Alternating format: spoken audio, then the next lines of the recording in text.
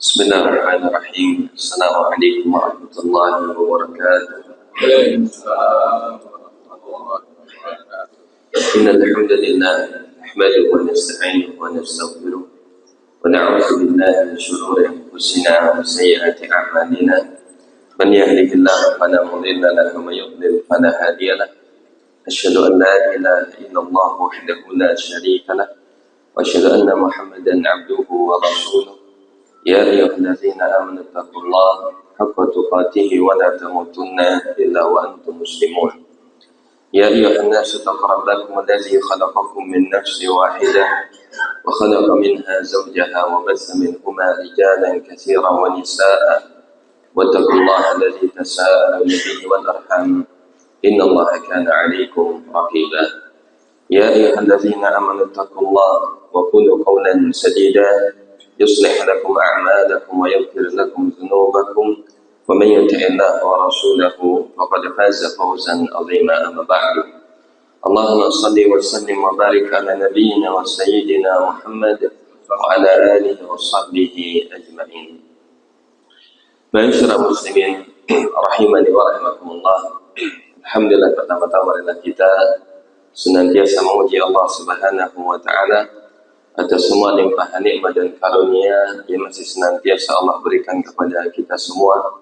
Nikmat iman, nikmat kesehatan, diberikannya waktu yang luang untuk kita bisa beribadah kepada Allah Subhanahu wa taala, dan bahkan dimudahkan bagi kita semua untuk menuntut ilmu agama, yang mudah-mudahan semua nikmat tersebut semakin mendekatkan diri kita kepada Allah Subhanahu wa taala. Kemudian salawat serta salam juga berilah senantiasa kita sampaikan kepada junjungan kita, Rasul kita yang mulia Nabi besar Muhammad sallallahu alaihi wasallam, kepada seluruh keluarganya, sahabatnya, dan juga kepada orang-orang yang senantiasa istiqamah mengikuti jejaknya sampai hari kiamat. Ma'asyiral muslimin rahimani wa rahimakumullah. Insyaallah kita akan kembali melanjutkan pembahasan kitab Ushulun Tafsir berkaitan dengan pokok-pokok di dalam ilmu tafsir. Yang mana pembahasan ini terputus Pak ya, kurang lebih 2 bulan lebih. InsyaAllah kita akan melanjutkan kembali dari apa yang ditulis oleh Syekh Muhammad bin Shalih Al-Utsaimin rahimahullah ta'ala. Dan kita memasuki pembahasan berkaitan dengan muhimut ta'arud fil Quran ya, yang mana di dalam Al-Quran terkadang ada ayat-ayat yang kita lihat seolah-olah bertentangan, akan tetapi Allah Subhanahu wa taala menegaskan bahwasanya tidak ada pertentangan di dalam Al-Quran. Bahkan nanti diuji orang-orang yang beriman bagaimana sikap mereka di dalam menghadapi ayat-ayat yang mutasyabihat, ayat-ayat yang bisa jadi bagi sebagian orang itu samar, ya, bagaimana untuk dia bisa memahaminya. Maka di sini dibawakan beberapa contoh ayat-ayat yang seolah-olah bertentangan.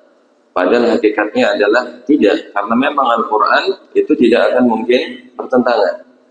Allah Subhanahu wa ta'ala menegaskan di dalam ayat-ayatnya, afala yatadabbaruna Al-Quran. Apakah mereka tidak mentadabburi Al-Quran? Walau kana min indi ghairillahi lawajadu fihi ikhtilafan katsira. Jika seandainya Al-Quran itu bukan dari sisi Allah Subhanahu wa ta'ala, maka niscaya mereka akan mendapatkan banyak sekali perselisihan. Karena kita meyakini dengan seyakin-yakinnya bahwasanya Al-Quran turun dari sisi Allah Subhanahu wa ta'ala, dan kita sebagai orang beriman pun meyakini dengan seyakin-yakinnya bahwasanya Al-Quran adalah kalamullah, bukan kalam selain Allah Subhanahu wa ta'ala, bukan kalam malaikat, bukan kalam Rasulnya sallallahu alaihi wasallam. Oleh karena itulah ucapan Allah Subhanahu wa ta'ala tidak akan mungkin terdapat pertentangan di dalamnya. Dijelaskan oleh beliau, penulis kitab At-Ta'arudu an tataqabala ayatani bihaitsu yamna'u madlula ihdahuma madlula al-akhar.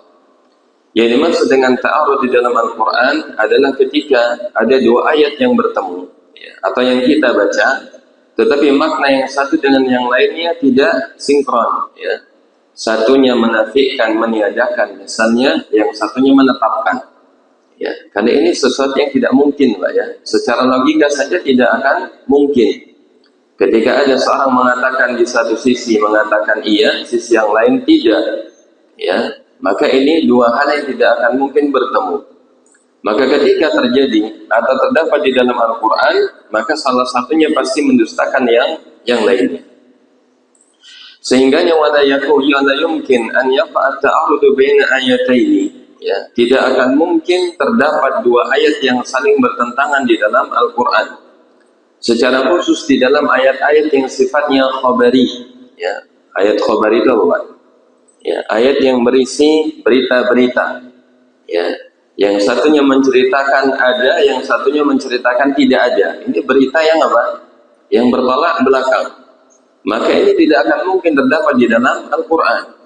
Li'annahu yalzamu kauna ihdahuma kadziban, karena akan memungkinkan yang salah satunya pasti dusta, ya. Dan ini mustahil di dalam berita yang datang dari Allah Subhanahu wa ta'ala. Dalilnya Allah Subhanahu wa ta'ala menegaskan, wa man asdaqu minallahi hadisa. Kata Allah Subhanahu wa ta'ala, siapakah yang lebih benar ucapannya dibandingkan Allah Subhanahu wa ta'ala. Jadi semua ucapan Allah itu pasti benar, ya. Tidak akan mungkin ada kedustaan di dalamnya. Kalau ada informasi satu menetapkan satu tidak, satu mengatakan ada, satu mengatakan tidak, maka ini sesuatu yang bertentangan dan itu tidak akan mungkin terjadi, karena kalam Allah itu pasti benar, tidak ada kedustaan di dalamnya. Ya, karena kalau sudah berbeda pasti ada kecenderungan dusta, ya, dan ini tidak disandarkan kepada Allah Subhanahu wa ta'ala. Begitu juga Allah Subhanahu wa ta'ala berfirman, wa man asdaqu minallahi qila. Dan siapakah yang ucapannya lebih benar dibandingkan Allah Subhanahu wa ta'ala. Dua ayat ini ayat yang sangat tegas menegaskan bahwasanya Al-Quran tidak ada kedustaan di dalamnya, ya. Yang satu dengan lafaz minallahi hadisa, yang ayat yang satunya minallahi qila, ya. Jadi lafaznya itu sangat mirip, Pak, ya. Jadi ini menegaskan kalau Allah tidak akan mungkin berdusta. Wala yumkin an yaqa ta'arud baina ayataini madluluhuma hukmiyun. Begitu juga tidak akan mungkin terdapat dua ayat yang saling bertentangan yang dua-duanya berisi ayat-ayat hukum, ya. Jadi kalau kita bagi, yang pertama ada ayat yang namanya ayat khabari, ya, isinya adalah berita, kisah, cerita-cerita. Yang kedua adalah ayat-ayat yang berisi hukum, ya, tentang hukum sesuatu. Satu mengatakan demikian, satu yang lagi mengatakan yang demikian. Maka ini tidak akan mungkin terjadi di dalam Al-Quran. Dan kecenderungannya, kata beliau, li'annal akhirah minhuma nasikhatun lil ula. Ya, kalaupun perlu dicermati, kalau ada dua ayat hukum yang bertentangan, ya, maka kalau kita perhatikan bisa jadi ayat yang terakhir itu ayat yang menghapus ayat yang sebelumnya, ya. Jadi ini ta'arud di dalam Al-Quran dan itu tidak mungkin terjadi di dalam, ya, kalamullah. Di antara dalilnya firman Allah Subhanahu wa ta'ala, Allah mengatakan, ma nansakh min ayatin aw nunsiha na'ti bi khairin minha aw misliha. Ya, kata Allah Subhanahu wa ta'ala, apa yang kami hapus, nansakh min ayatin, dari satu ayat, kami aw nunsiha, atau kami lupakan dari sisimu, kami akan datangkan ayat yang lebih baik dibandingkannya. Ya, jadi kalau ada pertentangan dua ayat yang berisi hukum, itu tidak akan mungkin terjadi. Satu mengatakan halal, satu mengatakan haram misalnya. Ya, ini tidak akan mungkin terjadi. Kecenderungannya ayat yang terakhir turun menghapus hukum ayat yang sebelumnya. Dan ini disebut dengan an-nasikh wal mansukh. Ya. Baik, Bapak Ibu sekalian rahimani wa rahimakumullah. Ya, jadi ini dulu yang kita pahami. Ya, pertentangan di dalam Al-Quran itu ada pada dua sisi. Ya, pertentangan di dalam ayat khabari atau pertentangan di dalam ayat hukmi yang dua-duanya tidak akan mungkin terjadi. Ya, kalaupun kita mendapatkannya, maka bagaimana sikap yang benar? Ya, Maka dijelaskan, wa idza ra'aita ma yuhimu ta'aruda min dzalika fahawilil jam'a bainahuma. Ya, kalau engkau melihat ketika kita membaca Al-Qur'an, kok ayat ini seolah-olah bertentangan, fahawil, ya, maka berusahalah kalian al-jam'a bainahuma, untuk menggabungkan di antara keduanya. Ya, maksudnya itu gimana Pak? Menggabungkan ayat yang bertentangan itu maksudnya gimana? Ya, jadi ayat-ayat yang bertentangan kalau memang bisa dikompromikan, dikompromikan dulu. Ya, kalau memang bisa dilihat tafsirnya, apa maksud ayat yang seolah-olah bertentangan ini, maka hendaklah berusaha mencari, ya, apa namanya, pemahaman yang benar, yang lurus, yang tidak menjadikannya bertentangan. Dan kalaupun fa'illam yatabayyan laka wajib 'alaika tawaqquf. Tapi kalaupun sudah kita usahakan, ya Pak ya, misalnya kita coba baca tafsirnya dengan tafsir yang lain, kok tetap ini, kok ayat ini menurut saya bertentangan, ya, maka kata beliau wajib atas kalian tawakkuf, ya, hendaklah kalian berhenti, jangan apa, jangan mencari celah untuk terus mempertentangkannya, ya, karena kembali lagi hukum asalnya tidak ada yang mungkin bertentangan di dalam Al-Quran. Ya, kalau sudah berusaha maka tidak bisa juga mendapatkan jawabannya, maka hendaklah tawakuf, diam. Ya, kemudian apa? Wa takilul amra ila alihi. Ya, kemudian kamu serahkan urusannya kepada orang yang lebih berilmu. Ya, sebagaimana Allah Subhanahu wa taala mengatakan, ya, kata Allah Subhanahu wa taala, "Fas'alu ahla dzikri in kuntum la ta'lamun." Bertanyalah kepada orang-orang ahlu zikir, orang-orang yang berilmu, apabila kalian tidak mengetahuinya. Ya, jadi sikap kita kalau mendapati ayat yang bertentangan, kalau bisa kita cari dulu penjelasannya.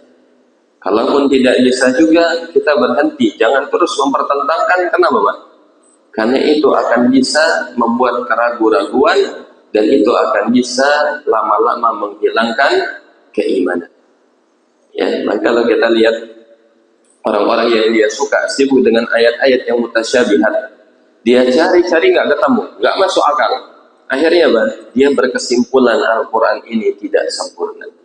Al-Quran ini bukan dari sisi Allah Subhanahu wa Ta'ala. Al-Quran ini bisa jadi sebagaimana kitab-kitab terdahulu dimasuki oleh tulisan-tulisan, pandangan-pandangan manusia, begitu juga dengan Al-Quran. Nah, ini yang berbahaya Pak. Ya, makanya kalau kita lihat misalnya yang banyak di YouTube, ya, ada seorang pendeta namanya Saifuddin, ya, mungkin pernah dengar Pak ya. Padahal dia seorang yang apa? Dulunya aktivis gitu. Ya, tetapi karena mungkin modal belajarnya kurang, bahasa Arabnya kurang, ilmu tafsirnya kurang, ya, ilmu syariatnya kurang, sehingga apa? Dia membaca dan menafsirkan dengan akalnya sendiri, sehingga ketika bertemu dengan ayat-ayat yang seolah-olah bertentangan, kemudian apa?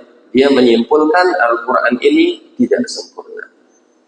Ya, ini berbahayanya. Oke, kalau kita lihat, ya, dia selalu membawakan ayat-ayat mutasyabihat, ya, yang punya peluang untuk ditafsirkan kepada arah yang buruk, arah yang menyeleweng, ya, kemudian dia bawa terus, karena sekarang dia sudah murtad Pak ya. Ya, kalau antum melihat itu, ya, tapi jangan dilihatlah, nanti malah terpengaruh. Ya, jadi dia bawakan ayat-ayat yang bertentangan, kemudian dia olah dengan logikanya, ya, padahal ilmu berkaitan dengan Al-Quran tidak bisa hanya mengandalkan logika. Ya, harus punya dulu modal belajarnya. Maka ini pentingnya kita menuntut ilmu agama. Ya, kalau orang dokter saja dia butuh bertahun-tahun bahkan puluhan tahun untuk belajar ilmu kedokteran, apalagi ilmu tentang akhirat, ilmu tentang agama. Ya, Bapak Ibu sekalian rahimani wa rahimakumullah. Ya, maka di antara sebab seseorang dia meragukan Al-Quran karena terus mempertentangkan ayat-ayat yang seolah-olah mutasyabihat. Ya, padahal sikap orang beriman, pondasi awalnya dia yakin seyakin-yakinnya Al-Quran turun dari sisi Allah. Ya, dan Allah tidak akan mungkin berdusta, tidak akan mungkin ada pertentangan yang saling apa? Ya, mengatakan yang bertolak belakang di dalam Al-Quran. Kalaupun berkaitan dengan hukum, maka bisa jadi hukum sebelumnya telah dihapus oleh hukum yang datang kemudian. Masyaallah muslimin rahimani wa rahimakumullah. Wa qad dzakara al-ulama rahimahullah ta'ala amthilatan katsiratan lima yuhimu at-ta'arudha wa bayna al-jam'a fi dzalik. Kata Syekh Muhammad bin Shalih Al-Utsaimin, dan sungguh telah banyak para ulama yang menyebutkan contoh-contoh berkaitan dengan ayat-ayat yang seolah-olah bertentangan, kemudian mereka menjelaskan bagaimana mengkompromikannya. Ya. Dan di antara kitab yang terbaik menurut Syekh Muhammad bin Shalih Al-Utsaimin di dalam pembahasan ini adalah kitab Daf'u Ibhamit Tirab an Ayatil Kitab yang ditulis oleh Syekh Muhammad Al-Amin Asy-Shinqiti. Ya, beliau ini salah seorang guru besar ahli tafsir, ya, yang ada di kota Mekah, di Ummul Qura. Ya, tapi beliau sudah meninggal dunia. Dan beliau dari negara Sinqit yang ada di Mauritania, ya, orang Afrika, Pak. Tapi menjadi seorang ahli tafsir. Ya, jadi terkadang ahli tafsir itu tidak mesti ya dari orang Arab. Ya. Tapi siapa yang bersungguh-sungguh mendalami agama, maka Allah akan muliakan dirinya, meskipun dia seorang Afriki, ya, dari Afrika. Maka di sini beliau menjelaskan beberapa contoh di antara ayat-ayat yang seolah-olah bisa menimbulkan, ya, pertentangan. Di antara firman Allah Subhanahu wa taala di dalam surah Al-Baqarah ayat 2. Ya, Allah mengatakan apa Pak? Al-Baqarah ayat 2 itu.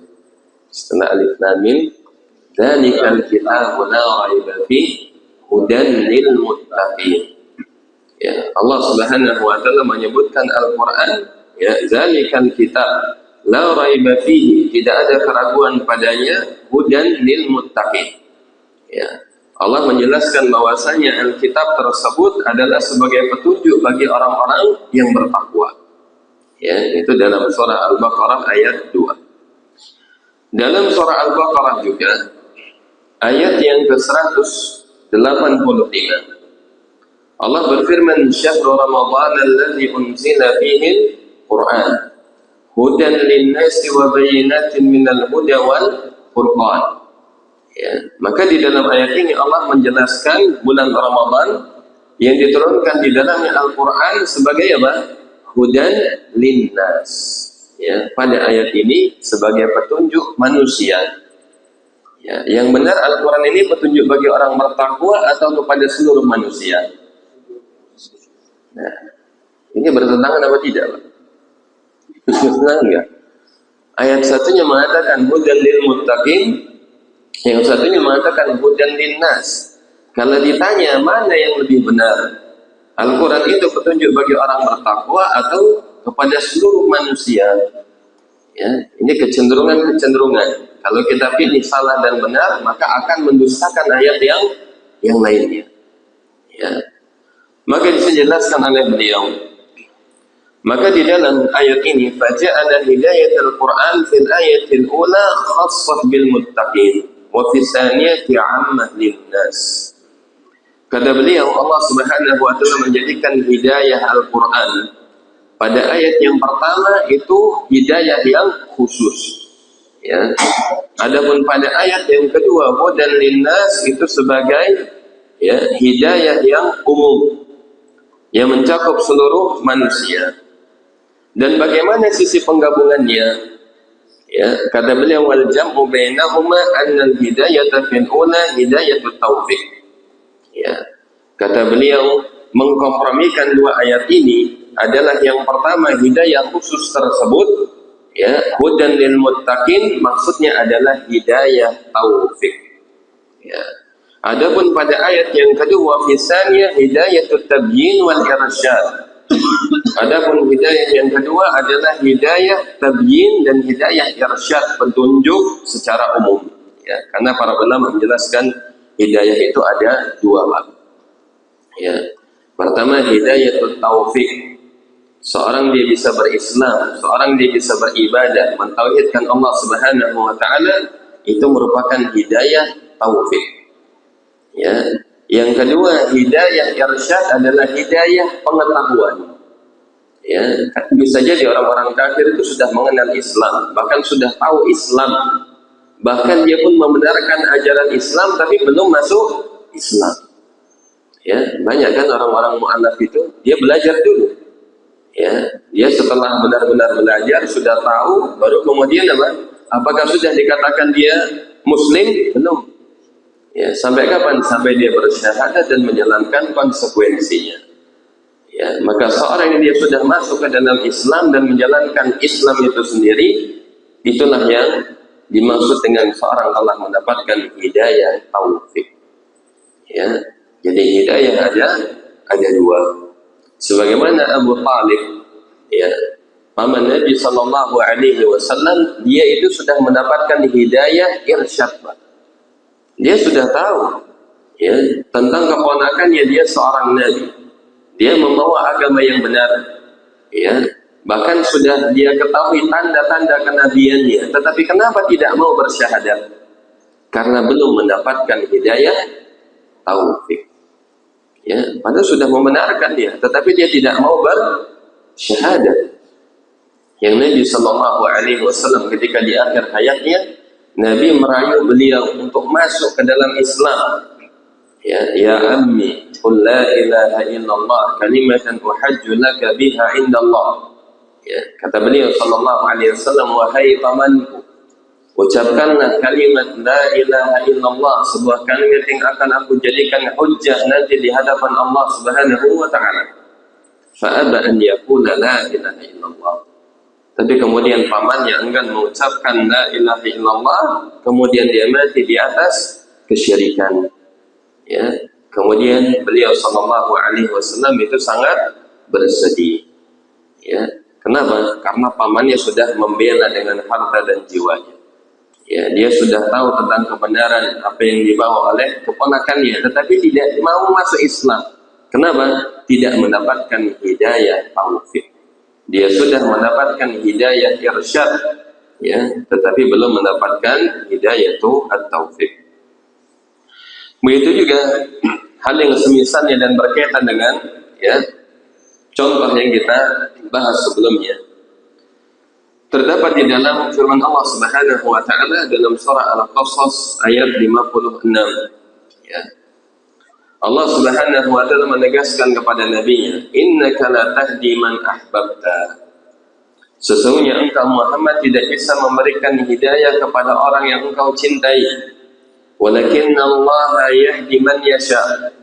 Akan tetapi Allah memberikan hidayah kepada siapa yang dia kehendaki. Ini konteksnya juga sama, Pak, terkait dengan wafatnya Abu Talib. Ya, jadi Nabi itu sangat sedih. Ya, kenapa pamannya tidak bisa masuk Islam? Padahal beliau sudah membelanya. Ya, dan beliau pun sangat sayang, ya, kepada Nabi, dan Nabi pun sangat sayang kepada pamannya, tetapi kok tidak masuk Islam? Maka Allah Subhanahu wa taala, ya, menurunkan ayat ini. Sesungguhnya engkau Muhammad tidak bisa memberikan hidayah. Ya, di sini tidak bisa memberikan hidayah. Pada ayat yang lain, Allah Subhanahu wa taala berfirman dalam surah Asy-Syura ayat 52. Kata Allah Subhanahu wa taala, wa innaka, ya, sama lafaznya, Pak. Dan sesungguhnya engkau Muhammad la tahdi, benar-benar bisa memberikan hidayah ila siratin mustaqim, kepada jalan yang lurus. Ya, ayat sebelumnya sesungguhnya engkau tidak bisa memberikan hidayah, ayat yang lain sesungguhnya engkau benar-benar bisa memberikan hidayah. Nah, terus yang benar ini yang mana? Rasul itu bisa berikan hidayah apa tidak? Nah, kalau kita baca, ya, secara letternya, Al-Quran ini kok bertentangan, ya? Katanya Muhammad tidak bisa berikan hidayah, tapi kok pada ayat yang berikutnya benar-benar bisa memberikan hidayah. Ya, maka diutak-atik. Oh, berarti Al-Quran ini, ya, nggak sempurna. Kenapa? Karena bertentangan. Tidak begitu. Ya, maka jelaskan oleh beliau. Fal-ula hidayatut taufiq wa tsaniyah hidayatut tabyin wal irsyad. Ya, jadi sama, hidayah itu ada dua. Ya, yang dimaksud Nabi Muhammad tidak bisa memberikan hidayah yang pertama adalah hidayah apa? taufik Nabi tidak bisa berikan. Ya, Nabi hanya bisa menjelaskan, memberikan menerima petunjuk. Itu semuanya hak prerogatif Allah Subhanahu wa taala. Ya, kita semua bisa Pak memberikan hidayah irsyad. Ya, kita belajar habis pengajian, kita jelaskan kepada keluarga kita, ya, anak kita, tetangga kita, misalnya teman-teman kita. Ya, kita bawakan dalil-dalilnya, hadisnya, ucapan para ulama. Tapi apakah mereka bisa, ya, semuanya akan menerima? Belum tentu. Ya, bisa jadi orang tahu hukumnya, ya saya tahu, tapi saya belum bisa. Dalam hal ini saya belum bisa. Ya, padahal sudah jelas, ya, dalil-dalilnya sudah jelas, hukumnya jelas, tetapi masih belum bisa dia lakukan. Kenapa? Belum mendapatkan hidayatul taufik. Maka terkait dengan hidayah Islamnya Abu Talib, Nabi tidak bisa memberikannya. Ya, makanya Allah Subhanahu wa taala ini sekaligus sebagai apa? Penegas. Ya, bahwasanya Muhammad kamu jangan bersedih. Kenapa? Karena hidayah bukan di tanganmu. Ya, hidayah itu murni hanya di tangan Allah Subhanahu wa taala. Meskipun dengan susah payah kita berusaha, kalau belum dapat hidayah dari Allah, ya tidak akan bisa mendapatkannya. Dan ayat yang kedua, ya, Allah Subhanahu wa taala menegaskan wa innaka latahdi ila shiratal mustaqim. Dan sesungguhnya engkau Muhammad benar-benar bisa memberikan hidayah kepada jalan yang lurus. Nah, ini maksudnya hidayatul irsyad. Ya, maka Nabi bersungguh-sungguh. Ya, Nabi berdakwah kepada kaumnya, kepada keluarganya. Ya, bagaimana tentang kebenaran Islam meskipun apa? Banyak yang menolak. Ya, Nabi Shallallahu Alaihi Wasallam berdakwah di sana di kota Taif. Beliau bersungguh-sungguh, ya, berangkat jalan kaki, ya, selama kurang lebih beberapa hari, 3 hari. Kemudian Nabi berdakwah bersungguh-sungguh menyampaikan kepada mereka kebenaran, tetapi apa? Ditolak. Bahkan apa? Penolakannya sangat keras. Ya, bahkan dikatakan oleh para ulama, ya, Nabi itu mendapati kesedihan yang paling sedih di dalam dakwahnya adalah ketika beliau ditolak dakwahnya di kota Taif. Ya, karena ketika itu beliau benar-benar butuh suaka, ya, butuh bantuan. Karena beliau di Mekah benar-benar terisolasi, benar-benar ingin dibunuh, kemudian beliau hijrah, ya, ke kota Taif untuk mencari dukungan. Tetapi bukannya mendapatkan dukungan kabar gembira, justru beliau dihinakan sehina-hinanya. Ya, beliau dikata-katai dengan ucapan yang buruk, bahkan Nabi Shallallahu Alaihi Wasallam diiring, ya, dia apa istilahnya Pak? Diusir, ya, dari kampungnya sembari dengan dilempari dengan bebatuan. Ya, jadi kalau perang kan jelas, ya, maka niatnya memang sama-sama Pak, ya bertaruh. Tapi ini Nabi berharap untuk mendapatkan dukungan, tetapi justru Nabi diusir sambil dilempari dengan batu, ya, diarak sekampung. Ya, sampai kemudian Nabi berdarah-darah, ya, bagian tumitnya, dan juga Pak, sahabatnya yang bernama siapa? Apa namanya? Maula, ya, Zaid bin Harithah. Ya, jadi Nabi ke kota Taif itu hanya berdua bersama Zaid bin Harithah yang itu masih menjadi budaknya istrinya siapa? Khadijah. Ya, tapi kemudian dilempari dengan bebatuan sampai-sampai apa? Begitu beratnya Nabi itu mengadu, ya, kepada Allah Subhanahu wa taala, dan kemudian langsung diijabah dengan turunnya malaikat Jibril alaihissalam. Ya, kemudian menawarkan kepada Nabi Muhammad atas penderitaannya untuk apa? Ya, untuk menghancurkan suku Taif tersebut, didatangkanlah malaikat Jibril, malaikat gunung. Ya, kalau kamu mau, akan diperintahkan malaikat gunung untuk memindahkan gunung yang ada di Mekah, kemudian ditimpakan kepada, ya, Bani Saqif ketika itu. Ya, kenapa? Ini menunjukkan beratnya perjuangan Nabi. Nabi ingin memberikan hidayah, tetapi Nabi tidak bisa memberikan hidayah taufik. Ya, maka disinilah maksud daripada ayat yang kedua, sesungguhnya engkau bisa memberikan hidayah, yang dimaksud adalah penjelasan, adalah ilmu. Ya, tentang ketauhidan, tentang beribadah kepada Allah Subhanahu wa taala. Baik. Kemudian selanjutnya, di antara ayat-ayat yang mengandung ya bertolak belakang atau bertentangan di dalamnya adalah firman Allah Subhanahu wa taala.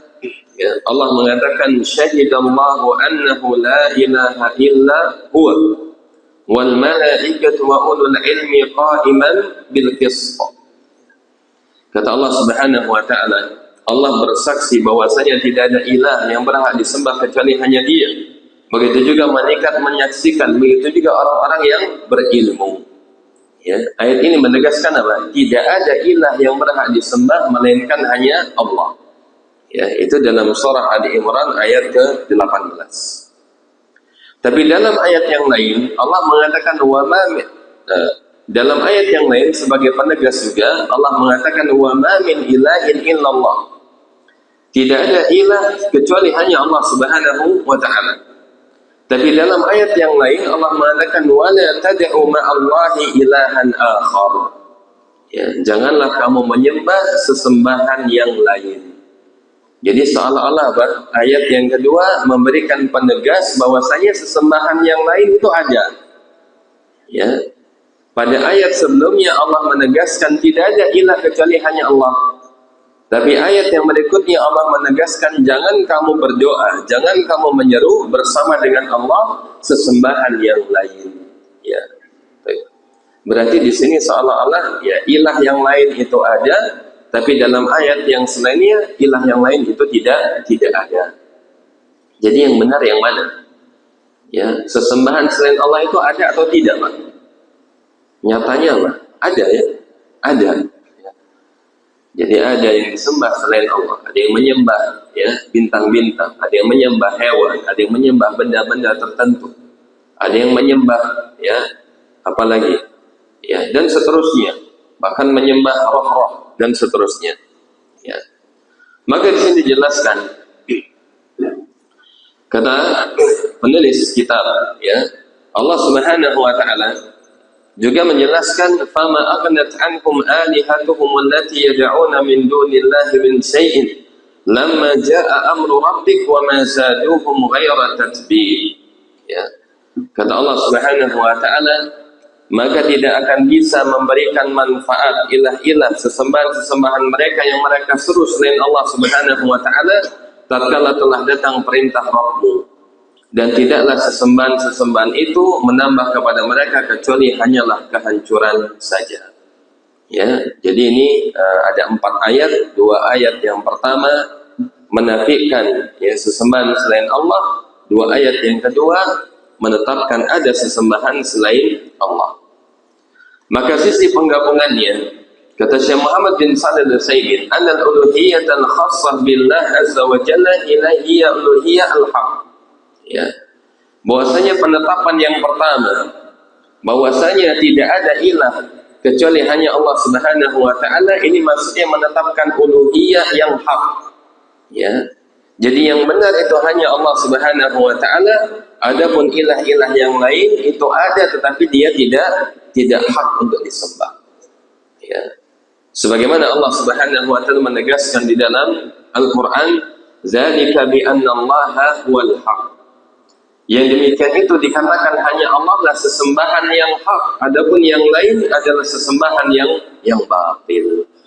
Ya, jadi mengkompromikannya, yang satu menetapkan, yang satu meniadakan, yang maksudnya menetapkan adalah yang hak hanya Allah. Adapun penetapan sesembahan yang lain itu memang ada, tetapi dia tidak berhak disembah dan dia adalah sesembahan yang batil. Ya, jadi ini mengkompromikan antara ayat yang menetapkan dengan ayat yang meniadakan atau menafikan. Kemudian di antara contoh yang lain, ya, ini banyak contohnya Pak ya. Allah Subhanahu wa taala berfirman, "Qul innallaha la ya'muru bil fahsya." Allah Subhanahu wa taala mengatakan, katakanlah sesungguhnya Allah tidak memerintahkan perbuatan keji. Ya, jadi Allah tidak memerintahkan perbuatan yang keji. Tetapi dalam ayat yang lain Allah menegaskan wa idza aradna an nuhlika qaryatan amarna mutrafiha fafasaqu fiha fahaqqa 'alaiha al-qaul. Ya. Kata Allah Subhanahu wa taala, apabila kami berkehendak untuk menghancurkan sebuah negeri, kami perintahkan pembesar-pembesar mereka dan mereka kemudian berbuat kefasikan, dan karena itulah kemudian telah menjadi tetap hukuman atas mereka dan mereka dihancurkan dengan sehancur-hancurnya. Ya, jadi di ayat yang pertama Allah tidak memerintahkan perbuatan keji, tetapi di ayat yang lain adalah Allah perintahkan sesuatu dan akhirnya mereka berbuat kekejian dan Allah menghukum mereka. Terus bagaimana mengkompromikannya? Ya. Kata Syekh Muhammad bin Shalih Al-Utsaimin, ayat yang pertama yang menegaskan bahwasanya Allah tidak memerintahkan kekejian ini merupakan perintah syar'i. Ya, jadi di dalam pembahasan akidah itu ada namanya al-amru syar'i. Ya, perintah secara syariat Allah itu tidak menghendaki perbuatan keji. Tapi kok bisa terjadi, Pak? Ada perbuatan kekejian, ada yang berzina, ada yang maksiat, ada yang minum khamar. Apakah itu berarti di luar kehendak Allah? Ada nggak sesuatu yang dia berjalan di luar kehendak Allah Subhanahu wa taala? Jawabannya tidak mungkin. Ya, berarti tetap kekejian, perbuatan buruk yang terjadi itu atas kehendak Allah Subhanahu wa taala. Karena kalau kita katakan itu bukan kehendak Allah, berarti Allah hanya memiliki kehendak pada sebagian dan sebagian lain Allah tidak berkehendak. Padahal Allah menegaskan innallaha ala kulli syai'in qadir. Ya, terhadap segala sesuatu Allah itu berkehendak, Allah berkuasa. Maka setiap sesuatu yang terjadi, kebaikan maupun keburukan, semuanya atas izin Allah, semuanya atas kehendak Allah. Tapi para ulama membedakan, ya, bahwasanya kehendak itu dibagi menjadi dua. Yang pertama kehendak syar'i, ini yang berisi kebaikan-kebaikan saja sesuai dengan ya apa yang Allah inginkan dan ini merupakan pokok. Ya, adapun yang kedua Allah ya izinkan terjadinya kerusakan, Allah izinkan terjadinya kemaksiatan, Allah terizinkan terjadinya kerusakan, itu pun atas perintah Allah, tetapi perintah yang sifatnya kauni. Ya, jadi ada dua, Pak. Perintah yang sifatnya kauni, yang satu perintah yang sifatnya syar'i. Ya, yang kauni ini adalah segala sesuatu yang pasti terjadi meskipun tidak dicintai oleh Allah. Ya, ya ada orang berbuat maksiat, Allah cinta nggak sama dia? Tidak. Ya, tetapi apakah itu di luar kehendak Allah? Tidak juga. Itu atas kehendak Allah, atas izin Allah.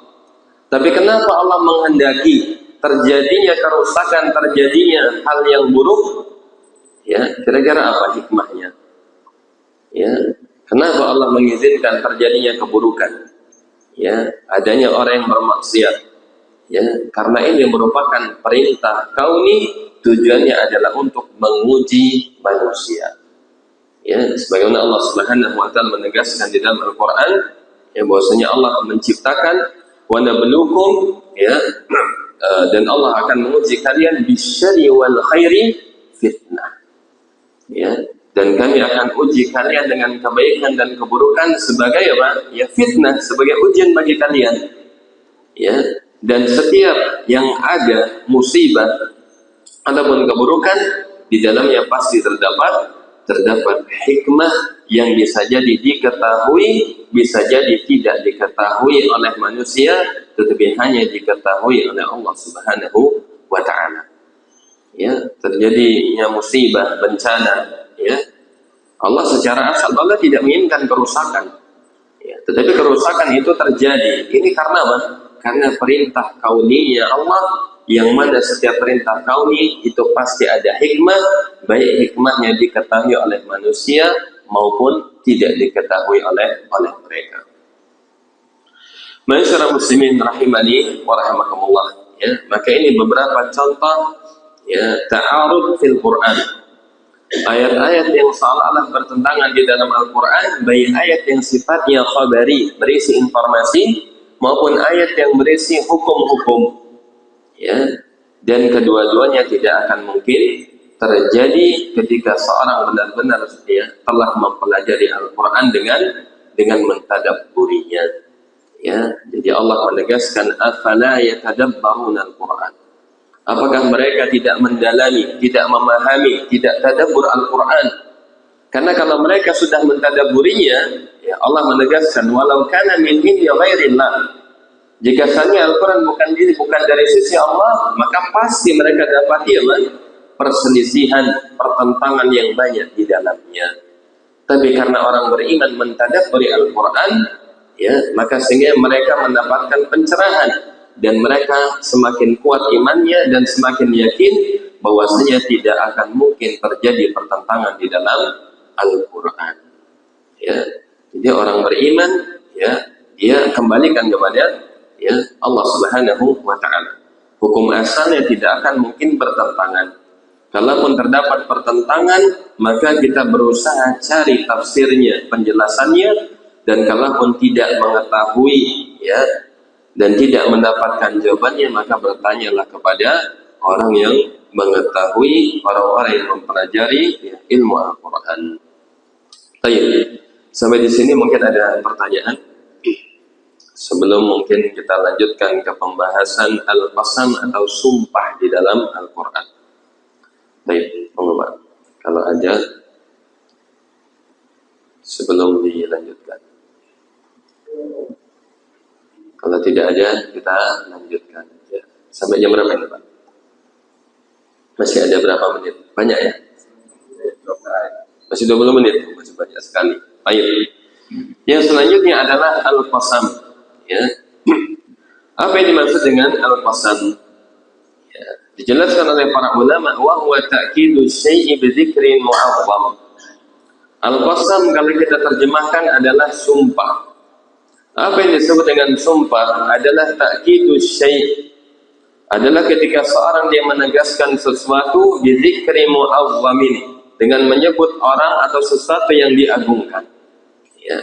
Baik di dalam bahasa Arab itu dengan menggunakan huruf waw, ya, contohnya mengatakan wallahi, itu sumpah, Pak. Ya, atau dengan huruf ta, tallahi, atau dengan huruf ba, billahi. Kalau orang sudah mengatakan wallahi, berarti dia sedang bersumpah. Ya.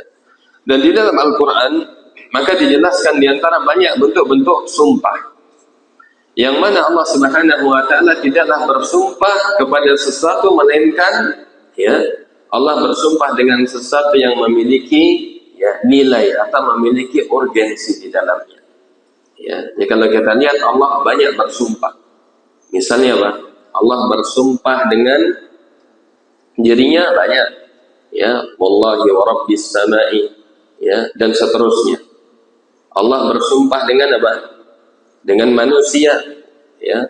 Allah bersumpah dengan waktu, ya. Waktu ini banyak, Pak. Apa saja Allah sumpah dengan waktu, ya, dengan wal asr, dengan waktu asar, dengan waktu duha, wal duha, bersumpah dengan waktu subuh, wal fajr. Allah bersumpah dengan waktu siang, wan nahari. Allah bersumpah dengan waktu malam, wal laili, ya. Allah banyak bersumpah dengan waktu. Kenapa Allah bersumpah banyak dengan waktu? Kenapa alasannya? Ya, karena waktu itu Allah jadikan sebagai seorang berkesempatan untuk dia, Bang, ya, untuk beramal. Ya, kita diberikan kesempatan umur itu misalnya 20 tahun, 50 tahun, ya, atau lebih daripada itu. Maka waktu ini adalah momen, ya, kesempatan. Ya, dia punya urgensi yang sangat besar bagi diri seseorang. Ya, ketika dia punya waktu yang banyak, harus dia beramal yang saleh. Maka Allah memperbanyak sumpah dengan waktu agar waktu ini tidak apa? Disia-siakan. Ya, makanya Allah menegaskan dalam surah Al-Asr, wal asr, ya, demi masa atau demi waktu asar. Ya, jadi para ulama tafsir menyebutkan wal asr, tafsir yang pertama adalah demi masa secara umum, dan secara khususnya adalah demi waktu asar. Ya. Demi waktu secara umum karena di situ tempat beramal manusia. Ya, dia akan mengumpulkan, akan mendapatkan nanti balasan sesuai dengan apa yang dia lakukan pada waktunya. Ya, selama usianya dimanfaatkan dengan kebaikan, maka akan memberikan kebaikan nanti pada hari kiamat, dan begitu juga sebaliknya. Kalau dikaitkan dengan waktu asar, karena waktu asar ini adalah waktu pertengahan. Ya. Bahkan Allah secara khusus memerintahkan apa? Untuk menjaga waktu, menjaga salat di waktu asar. Hafizu 'ala shalawati was salatil wusta wa qumu lillahi qanitin. Kata Allah, jagalah, ya, peliharalah salat-salat dan salat wusta, ya, salat yang pertengahan. Kata para ulama maksudnya salat asar. Kenapa kira-kira Pak kok salat asar? Ya, karena orang biasanya lalai di waktu salat asar. Kenapa? Ya mungkin di waktu apa? Setelah mau pulang kerja, ya, di hari-hari terakhir, yang mana orang sibuk, ya, kalau di pabrik mungkin apa? Sibuk untuk persiapan pulang, sibuk dengan ini dan itu menyelesaikan tugas hari itu. Ya, tetapi kerusakan maka diperintahkan pelihara, ya, jagalah, jangan sampai apa? Ya, terlewatkan atau terlalaikan. Kemudian Allah Subhanahu wa taala juga bersumpah dengan apa? Ya, dengan benda-benda langit. Ya, dengan apa contohnya? Wasyamsi, ya, dengan matahari, wal qamari, dengan bulan, wan najmi, dengan bintang-bintang. Allah bersumpah juga dengan hewan. Ya, Allah bersumpah dengan gunung. Ya, banyak Allah bersumpah. Yang mana Allah tidaklah bersumpah dengan sesuatu kecuali dia memiliki urgensi di dalamnya. Allah tidak bersumpah dengan hal-hal yang sepele. Dan Allah boleh bersumpah kepada makhluknya, tetapi manusia tidak boleh bersumpah dengan selain nama Allah. Ya, ini kaidah, Pak. Kalau Allah bersumpah boleh kepada apa saja, tetapi ingat Allah bersumpah kepada sesuatu yang memiliki urgensi. Tapi kalau manusia tidak boleh bersumpah kecuali hanya menyebut nama Allah. Ya, misalnya dia menyebut demi siapa? Ya, demi Rasulullah, boleh nggak, Pak? Demi Adam, demi Jibril. Ya, maka ini termasuk yang tidak boleh.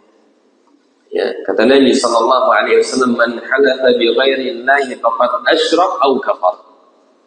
Siapa yang bersumpah dengan menyebut nama selain Allah, maka sungguh dia telah berbuat syirik dan dia telah berbuat kufur. Ya, kata para ulama, syiriknya bukan syirik besar, kafirnya bukan kafir besar, tetapi kufur kecil. Tapi meskipun kufur dan syirik kecil, dosanya dosa besar. Ya, karena kalau sudah syirik akbar, kufur akbar, ini bisa mengeluarkan dari Islam. Ya, makanya hati-hati di dalam bersumpah. Ya, kadang orang itu mungkin kepleset demi Allah dan demi Rasulullah. Ya, sering ya, Pak, ya? Masih banyak orang-orang itu menyandingkan. Ya, kalau ati Allah wa ati Rasul betul, ya, ya, taat kepada Allah dan taat kepada Rasulnya, cinta Allah dan cinta Rasul. Tapi kalau bersumpah tidak boleh menyebut kecuali hanya nama Allah. Ada seseorang dia bisa jadi bersumpah, ya, dia menyebut nama Allah, tetapi sumpahnya palsu, ya, maka dia tidak syirik, tetapi dia berbuat dosa haram. Ya, sumpah palsu termasuk, ya, perbuatan yang diharamkan. Ada seseorang dia sumpahnya benar, tetapi dengan menyebut nama selain Allah. Misalnya, Pak, dia sumpahnya benar, ya, untuk menegaskan sesuatu demi, ya, tetapi menyebutnya demi Rasulullah. Ya, maka dari dua keadaan ini mana yang lebih berat dosanya?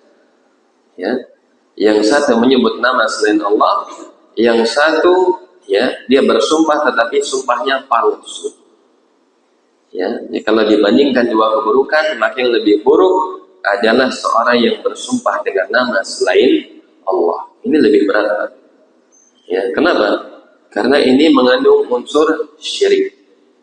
Ya, tentu ini lebih berat. Ya, jadi kalau kita klasifikasi di dalam sumpah, yang pertama yang benar adalah seorang sumpah menyebut nama Allah dan yang dia sumpahi juga tentang perkara yang juga benar. Ya, dia jujur, bukan sumpah palsu. Ya, ini ciri orang beriman. Ya, tetapi yang lebih tepat lagi, orang mukmin itu tidak boleh banyak bersumpah meskipun sumpahnya benar. Ya, jadi kalau orang dia suka sumpah-sumpah itu malah tidak bagus. Ya, itu makruh hukumnya. Dikit-dikit demi Allah, demi Allah, demi Allah. Ya, wallahi, wallahi. Ya, seperti banyak di mana, Pak, biasanya? di pasar. Ya, misalnya kalau di Arab, wallahi wallahi, ya, meskipun orang Arab, ya, dia banyak bersumpah. Ini makruh.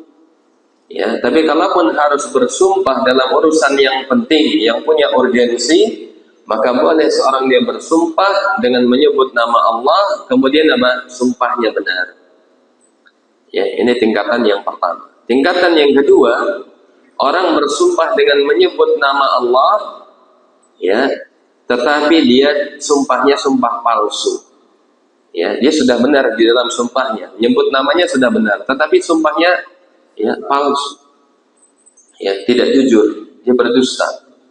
Ya. Tingkatan berikutnya adalah apa?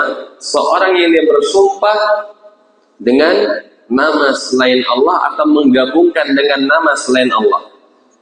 Ya. Dia mengatakan demi Allah dan demi Rasulullah. Ya, atau langsung demi Rasulullah saja. Oh, jelas.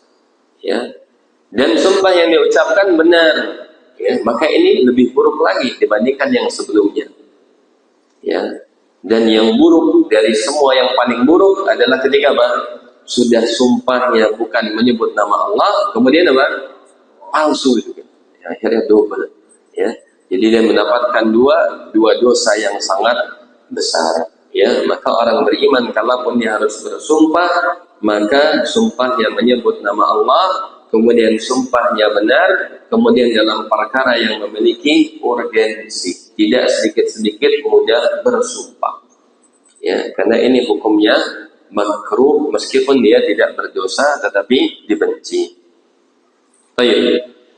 Maka kalau kita lihat di dalam Al-Qur'an, ya, banyak sekali Allah Subhanahu wa taala bersumpah di antaranya, ya. Di sini disebutkan contohnya dengan huruf waw. Ya. Allah mengatakan fa rabbis samai wal ardi innahu lahaqqun. Ya. Kata Allah Subhanahu wa taala, maka demi Rabb langit dan demi Rabb bumi, sesungguhnya innahu lahaqqun, perkara itu benar-benar benar. Maksudnya tentang hari kiamat. Ya, tentang kebangkitan. Ya. Maka di sini Allah bersumpah dengan apa? Dengan dirinya sendiri. Dengan siapa? Dengan Rabbis samai wal ardi. Ya. Jadi Allah dengan bersumpah dengan menyebut namanya sendiri. Kemudian Allah Subhanahu wa taala bersumpah juga, ya, misalnya di dalam surah Al-Qiyamah. Allah mengatakan la uqsimu biyaumil qiyamah. Ya, la uqsimu biyaumil qiyamah. Aku bersumpah dengan hari kiamat. Ya, kalau kita lihat Pak, la uqsimu, la di situ itu la apa? Ya, kalau kita terjemahkan, kita misalnya punya pengetahuan bahasa Arab, ya, misalnya pemula. Kita akan menganggap la di situ adalah la nafiyah, artinya tidak. Ya, seperti saya mengatakan la akulu, saya tidak makan. Di sini Allah menegaskan la uqsimu, berarti Allah tidak bersumpah. Ya, tetapi diterjemahkan Allah benar-benar bersumpah. Ya, maka di sini la-nya adalah la zaidah. Ya, la untuk bersumpah, bukan la untuk menafikan sumpah, tapi justru benar-benar menegaskan Allah benar-benar bersumpah tentang hari kiamat. Ya. Jadi ini dengan apa? Dengan lafaz ba, dengan biyaumil kiamat. Allah bersumpah dengan hari kiamat. Ya. Jadi tadi tentang bersumpah dengan dirinya, kemudian di sini dengan hari kiamat. Kemudian Allah bersumpah juga dengan kemuliaannya. Allah mengatakan, ya, qala fa bi'izzatika la ughwiyannahum ajma'in. Ya, ini maksudnya iblis, ya. Ketika dia diusir, ya, oleh Allah Subhanahu wa taala dari surga, maka dia mengatakan fa bi'izzatika. Ya, jadi iblis saja bersumpah, Pak. Tapi iblis sumpahnya benar, ya. Fa bi'izzatika, maka dengan kemuliaanmu ya Allah. Tetapi apa? Sumpahnya untuk hal yang buruk. Apa? La ughwiyannahum ajma'in. Benar-benar aku akan apa? Ya, la ughwiyannahum, akan aku sesatkan mereka manusia semuanya. Ya, sumpahnya benar, tapi izzatika. Tetapi isi sumpahnya sesuatu yang buruk. Ya, sesuatu yang batil. Kemudian Allah Subhanahu wa taala juga bersumpah, tallahi la tus'alunna amma kuntum taftarun. Ya, Allah bersumpah demi Allah. Nah, ini dengan huruf ta. Ya, yang tadi dengan bi, dengan ba, yang di awal tadi dengan waw, wa rabbis sama. Maka pada ayat ini Allah bersumpah dengan tallahi, dengan menyebut namanya dengan huruf ya ta. Tentang apa? Benar-benar kalian akan ditanya terhadap apa yang dahulu kalian ya membuat-buat, yang kalian dahulu ya buat-buat atas Allah Subhanahu wa taala.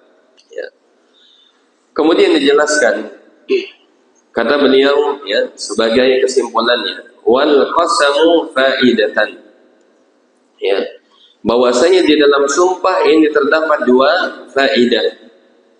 Ihdahuma, yang pertama bayanu awamatil muqsam bihi, ya yang pertama Allah tidak pernah bersumpah di dalam Al-Quran kecuali yang pertama penjelasan akan keagungan apa yang disumpahkan dengannya. Maksudnya siapa Pak?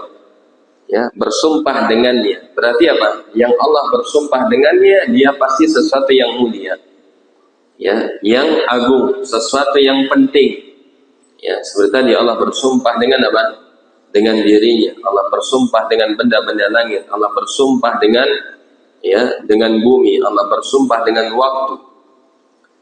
Kemudian yang kedua, kata beliau, wasaniyatu bayanu ahamiyatil muqsam alaih, adalah di dalam sumpah tersebut menjelaskan pentingnya apa yang disumpahkan, apa objek sumpahnya, ya tentang perkara apa seseorang bersumpah. Misalnya Allah bersumpah di dalam ayat-ayat ini untuk membenarkan bahwasanya hari kiamat itu benar-benar terjadi. Al-Quran itu benar-benar turun dari sisi Allah. Rasul itu benar-benar adalah utusannya. Ya, ini sebagai penegas bahwasanya hari kebangkitan itu benar-benar ada. Ya, jadi ada pesannya. Pesan sumpah itu untuk apa? Untuk menegaskan hal apa? Ya, itu dua faedah. Kemudian ada faedah lainnya. Yang pertama kata beliau, ya berkaitan dengan pesan sumpah tersebut. Yang pertama, an yakunal muqsam alaihi dza ahamiyatin. Ya, jadi hendaklah yang menjadi hal yang dia bersumpah atasnya adalah perkara-perkara yang penting, ya bukan yang tadi kita sebutkan perkara yang remeh. Ya, jadi orang dia bersumpah kalau memang dibutuhkan saja, Pak. Ya, kalau memang hal itu penting, bukan hal yang sepele. Kemudian yang kedua, an yakunal mukhatab mutaraddidan fi sya'ni, atau seseorang itu dia ragu terhadap apa yang dia sampaikan, kemudian dia bersumpah untuk apa? Menghilangkan keraguan. Ya, misalnya seorang dia mengatakan yang benar, tetapi orang itu ragu-ragu, maka dia boleh bersumpah demi Allah. Ya, yang saya ucapkan ini benar, saya melihat dengan mata kepala saya sendiri demi Allah. Ya, untuk dalam rangka menghilangkan keraguan-keraguan. Dan yang terakhir yang ketiga, an lahu, adalah ketika orang yang diajak bicara tersebut dia terus mengingkari apa yang dia ucapkan. Yang kedua adalah karena dia mengingkarinya sumpah. Allah Subhanahu wa taala secara khusus dalam Al-Qur'an bersumpah adalah sumpah Allah adalah untuk apa? Ya, dalam perkara yang penting tentang hari kiamat, tentang kebangkitan, tentang risalah, tentang Al-Quran. Dan juga Allah melakukan sumpah dalam rangka untuk menghilangkan keraguan-keraguan orang-orang ya yang ada di hadapan beliau Nabi Sallallahu Alaihi Wasallam. Dan juga Allah bersumpah dalam rangka untuk mengingkari keyakinan-keyakinan atau pendapat-pendapat orang-orang yang mengingkari kebenaran Al-Quran tersebut. Wallahu ta'ala a'lam. Tayyib, ya. Sampai di sini ada pertanyaan, ya. Bapak Ibu sekalian. Afwan ya, saya nggak fokus karena ini takmir masjid kok nelpon dari tadi. Sudah sampai berapa kali ini? Iya. Sampai ada 4 nomor. Tayyib, mungkin ada pertanyaan? Mudah-mudahan jelas ya Pak ya. Kalau ada yang tidak jelas mungkin bisa ya, ditanyakan. Taib. Ini yang bisa kami sampaikan, kurang lebih mohon maaf. Mudah-mudahan ya apa yang kita pelajari pada hari ini bisa menambah keyakinan kita terhadap Al-Quran, bahwasanya Al-Quran benar-benar turun dari sisi Allah Subhanahu wa taala, isinya semuanya adalah kebenaran, tidak ada pertentangan, tidak ada keraguan-raguan. Dan itu juga berkaitan dengan Al-Qasam, ya Allah banyak bersumpah di dalam Al-Quran, tujuannya adalah untuk memberikan penegasan tentang benarnya apa yang ada di dalam Al-Quran. Baik, Allah Ta'ala a'lam. Kita tutup dengan doa kafaratul majlis. Subhanallahumma bihamdika asyhadu an la ilaha illa anta astaghfiruka wa atubu ilaik. Wabillahi taufiq wal hidayah. Wassalamualaikum warahmatullahi wabarakatuh.